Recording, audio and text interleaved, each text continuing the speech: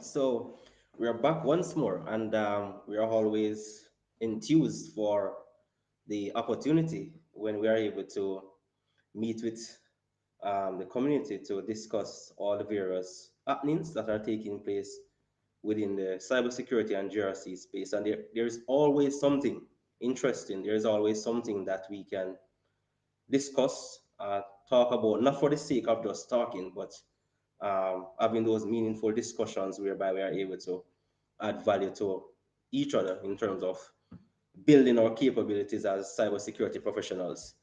And for those who are new, then we have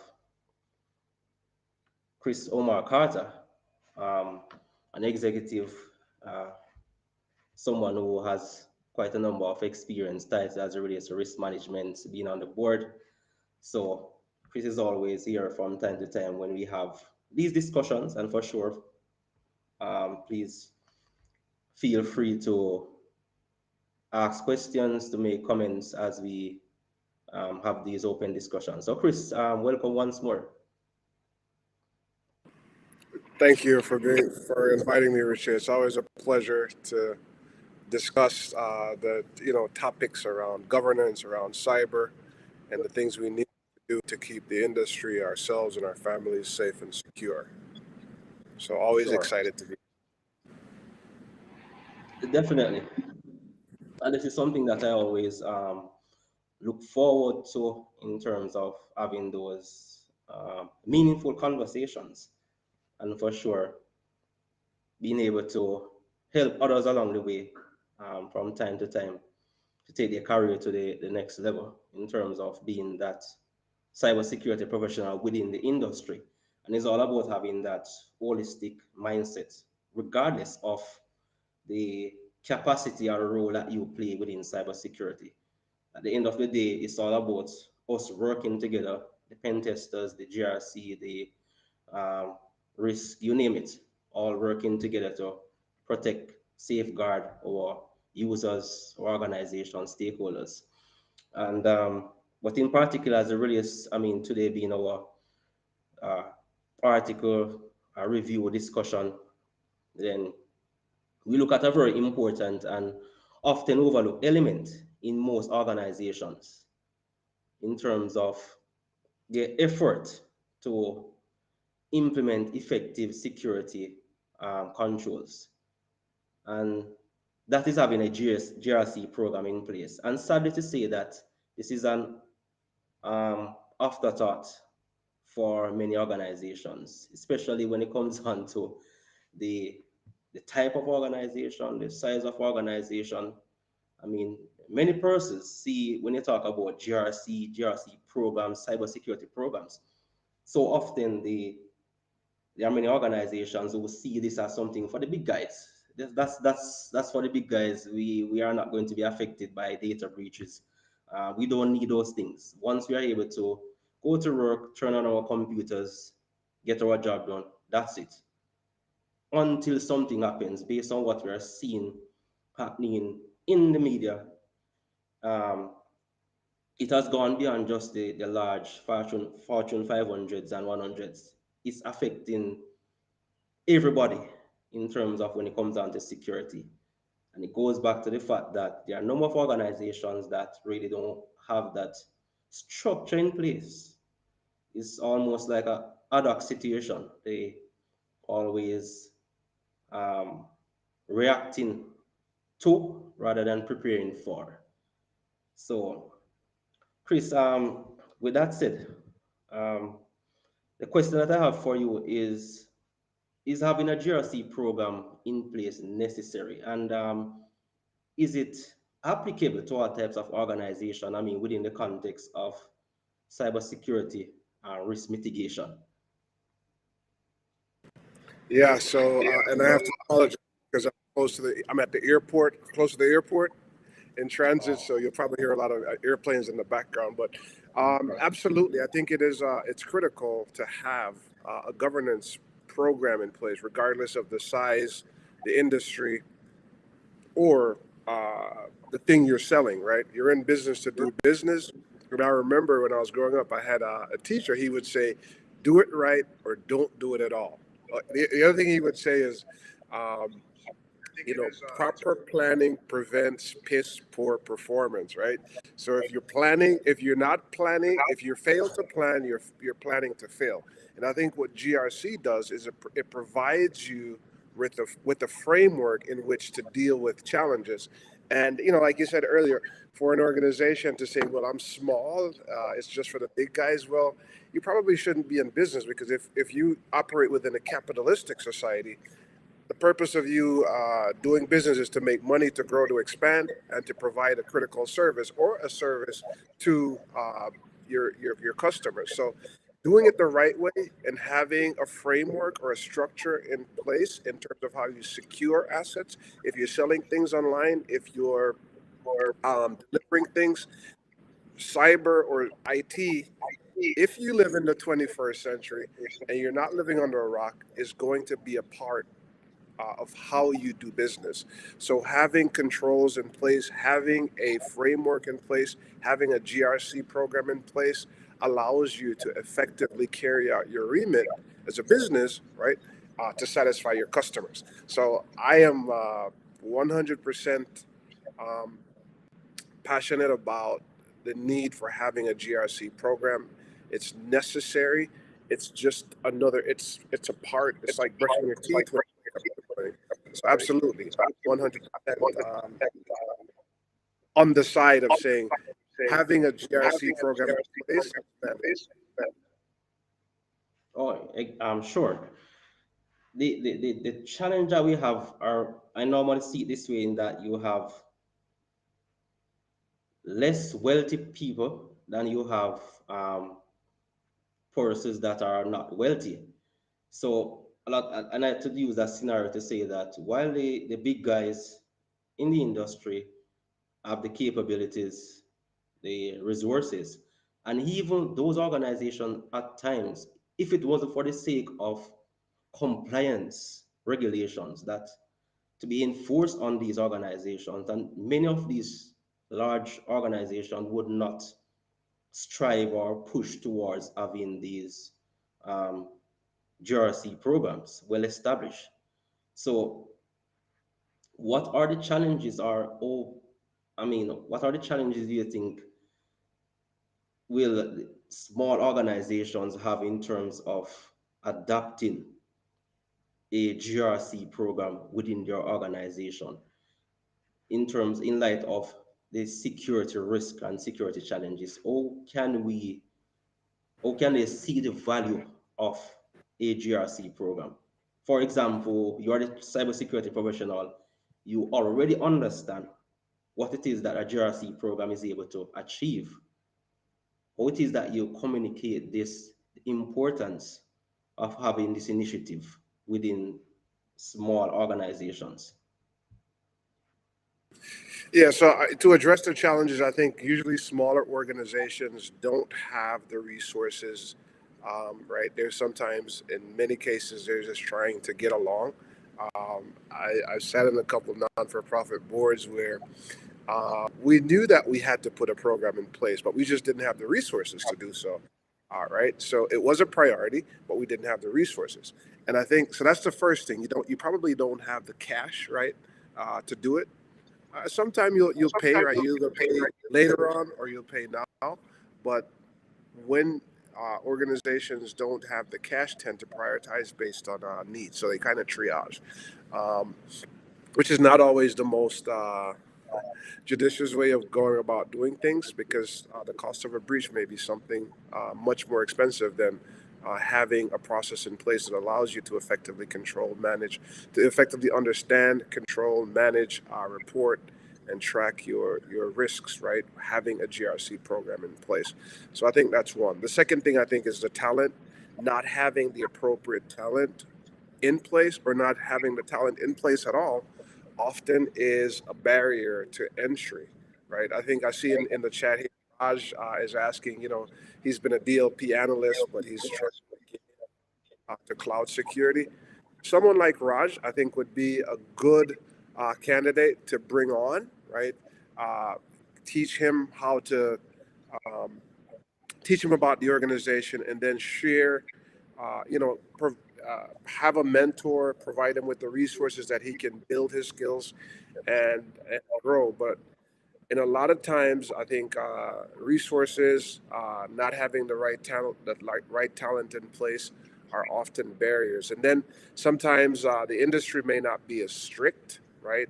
I know, for example, that when I worked in insurance, OFAC was a big requirement. A lot of companies, and OFAC basically is the Office of Foreign Assets and Control of the United States. They issued a kind of a warning saying if you as an American entity pay ransom to a sanctioned entity, you will be fined and you could go to jail, right? Um, a lot of companies aren't aware of it, and because they weren't aware of it, they probably would have paid ransomware to like North Korea or Iran or Russia, which are all sanctioned countries by the United States. So lack of understanding the regulatory environment in which you operate is often one of the challenges and one of the risks, the operational risk, right, of doing business. So I think those are three things there. But usually, what I've seen, those are usually bigger challenges in organizations. Exactly.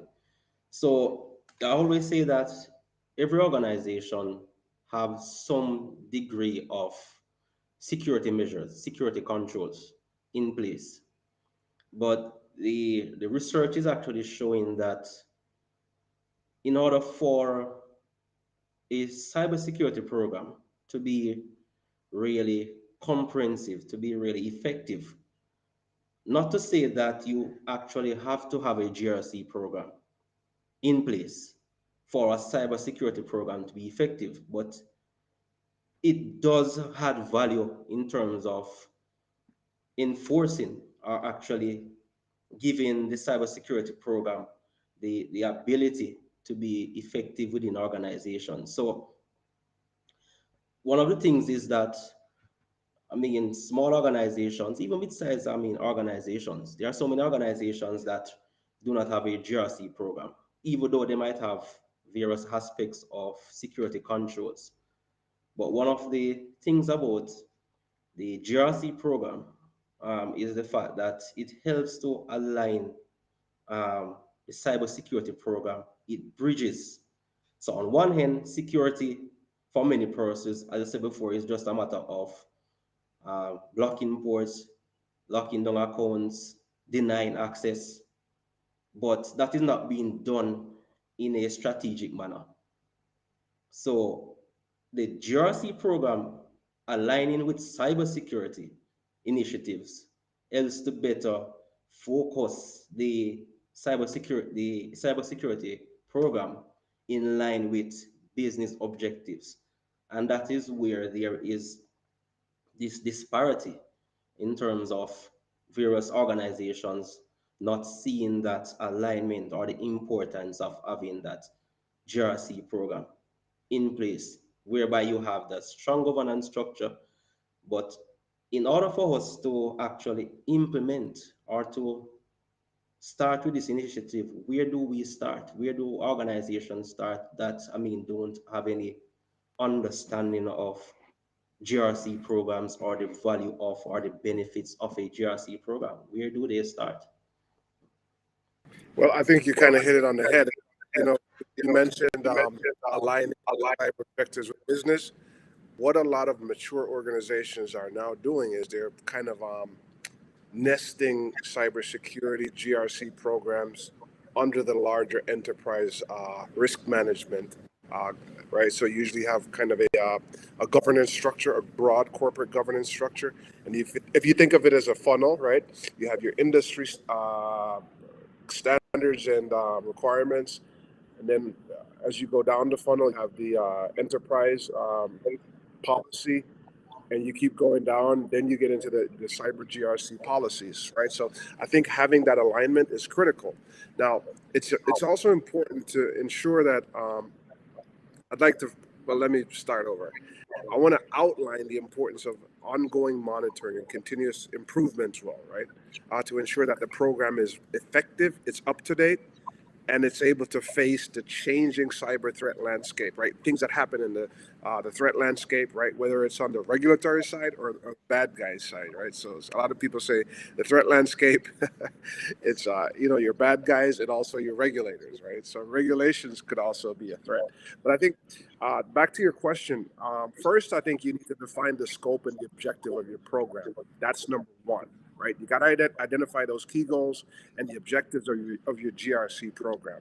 The second, I think, you would need to conduct kind of a risk assessment, right? So you kind of identify and evaluate the risk associated with the organization, technology, infrastructure, operations, data, and everything else that associated with what you're trying to do. The thing I would say is you would develop a set of policies and procedures, right?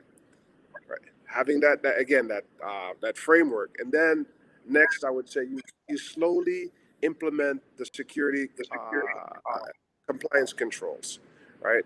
Then after you've done that, you kind of go in and you conduct an assessment of what you've done so far, right? And that will include, the plan is going to include things like incident response, um, security awareness training, and a bunch of other things, right? And then once your program is kind of stable, right, and running, it's an iterative process. So you have to monitor and improve. So some companies do it on a yearly basis where you say, okay, what are some new industry regs that are coming out that I need to incorporate into my program via my control catalog, right? And you update that. What are standards, right? Um, that you would need to have, right, to update. Um, someone is standing up an image, right? You got to have standards. What are the best practices? So those are all things that I think kind of falls within the rubric of setting up an effective GRC program. Yeah, sure, definitely. So you have actually mentioned a number of those important elements that definitely builds the foundation of the a GRC program within an organization. And for sure, it's a matter of understanding or trying to establish that foundation. And as you rightly said, it's looking at your people, looking at the structure of the organization, the data, your architecture, your policies, the necessary regulatory requirements of the organization. Once you take all of those into perspective, then you are able to build your program accordingly in terms of, as you had mentioned. So rightly said, as we go along. But while this might sound, I mean, academically easy, I mean, it's this GRC programs. It is something that it's quite easy to talk about. But the realities in terms of when you sit within an organization and you decide to implement this initiative, this is not something that is easy to achieve. So for many companies, it's very easy to say item one, build your foundation, look at the ecosystem, look at your hardware, establish policies.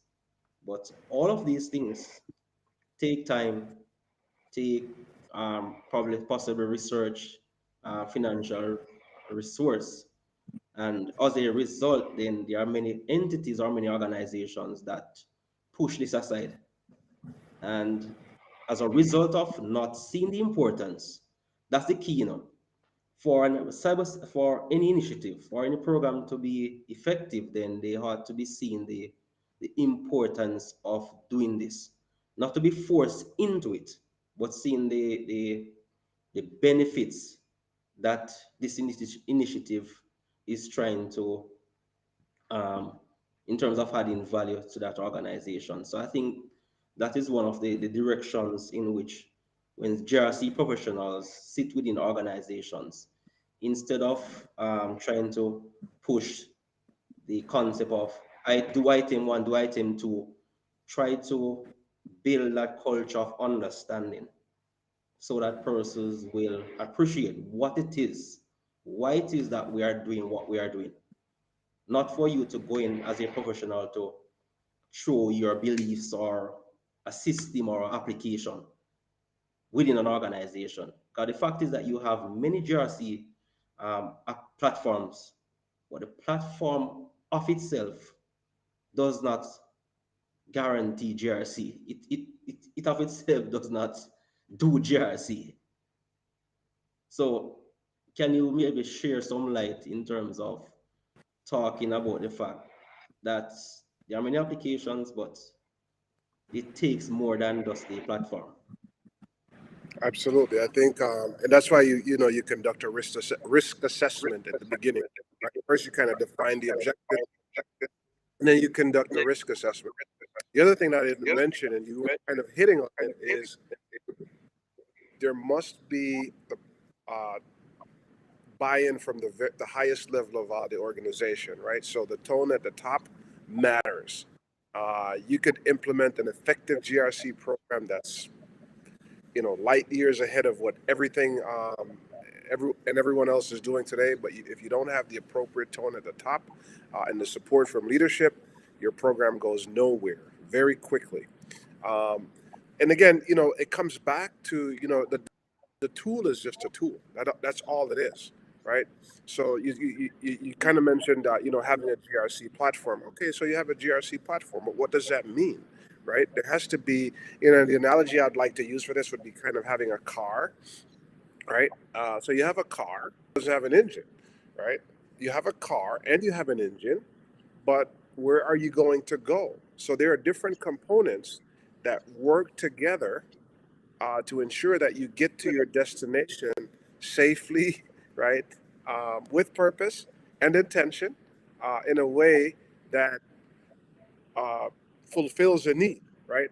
If you take that analogy and you kind of, the parallels are they're wide open, right? The destination is to provide services to your customers or your clientele or your constituents, right? In a way that they appreciate it, but you have to be you got to maintain the confidentiality, the integrity, and availability of their data, of your systems, of your processes, and your products. So I think all those are, if you kind of start with that in mind, right? What am I trying to do? Why am I doing it? How, right? The GRC component. How am I going to carry out that remit? I have a tool. It's a platform. And the platform, all it is a platform. It could be something like Archer. It could be something like ServiceNow. It could be any platform, right? However, if you don't know what to do with the platform, don't have a defined set of processes in place or an effective control framework, the platform may not be as effective as you intend it to be. Yes, right, right. That's so true. Um, but one of the questions I always get is, especially with small organization, is what's the simplest way? Let's say we wanted to um, implement a cybersecurity program. A GRC program. What is the simplest way for us to start? Because the thing is that many organizations, many companies, they get confused when they hear about all the requirements, all the things that are needed. What is the simplest framework that outline that could get an organization going on their journey? Because a GRC program, just like any other program, is not something that is bought off the shelf. It requires stages. Right. So I mean, based on your experience, the simplest approach in terms of taking that baby step So I for think an yeah, organization? I think one, don't start with ISO, right? You don't want to start with something like ISO. You don't want to start with a tool like GRC, right? I think again, starting, right? Starting by recognizing the importance of having a program. Um, that's one. You could probably there are tools on the internet that provides you with Excel spreadsheets, right? And it tells you you could maybe start with something small like the CIS controls, or there's specific controls out there for small and medium-sized businesses. Start with that and slowly work your program. Um, but having something in place, I think, again, leadership has to buy in. They have to have the vision, and you have to have the support for it. Um, the tools that are out there, Excel spreadsheet, just Google audit. I think I forgot the name of the website, but there's a very effective tool out there. Many tools, in fact. The form of spreadsheet. All you have to do is select the control that's appropriate and run with it, right? Um, doesn't have to be very big. One or two people. I think one person could run an effective GRC program within a small business. But again, you got to start by having our executive buy-in or leadership buy-in or owner buy-in, um, and begin the process. Know your industry, right? So if you work in a highly regulated industry or you do business in a highly regulated industry, that's something you have to take into consideration. Start with compliance and then move to risk and then mature and move on. So I think that's where I would start if I had a small or medium-sized business. Yeah, you have actually hit the nail on the head in terms of, yeah, it's all about the seeing the picture, the big picture by starting small with small steps. And that's the aim when it comes on to a GRC program, starting small. And I heard a twist to this once. Can't remember his name, but there was a CEO that was talking that one of the ways that he actually does this sort of a thing is to start with standard operating procedures and work those into policies. So when persons are able to do these small things, then those SOPs are worked into policies. And then these policies are then used to drive the initiatives of the various elements of the program itself. So over a period of time, it automatically become entrenched in building that culture of understand why it is that we do what we do, why it is that we need to operate securely in light of risk at an enterprise level. Bearing in mind that the overall purpose of this GRC program is to manage risk at an enterprise level in light of your cybersecurity programs and all the necessary the operations within the context of the organization. So I think that's also another way of actually looking at it, or even starting to make those small steps as it relates to that. So, what are your final thoughts? I mean, overall, before we. Yeah, no, we're a couple of minutes over, but I think it all goes back to the funnel that I was talking about, right? Those the standard operation procedures, right? That is part and parcel of your GRC program. So I think that COO, whoever said that, brilliant idea. It's the same thing that any large organization does. The principle is the same. Size of the business may be different, but the thing is you must have a GRC program in place if you want to effectively manage your operational risk, your cyber risk, and a bunch of other risks, administrate whatever those risks are. You need to have that in place. So I would say even if you're a small business, start with a framework. I've heard people say they don't like frameworks, but I think having a framework enables you to work within certain parameters and gives you control around how you want to implement those policies, those procedures, those standards or guidelines in terms of how you want to run your governance, risk, and compliance program. So, I think it's critical for business who operate in the space today to have a governance, risk, and control program in place. Sure, and that's a good note to end on. And we are not saying that you cannot have security or security controls or a security program without a GRC program in place.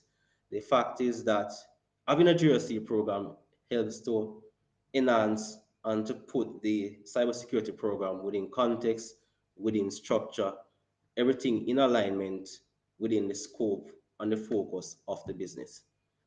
So until we meet again, So it's a wonderful discussion, guys, and we see you back in our weekly review on the CyberJA show. Until we meet again. Bye, guys. There, guys.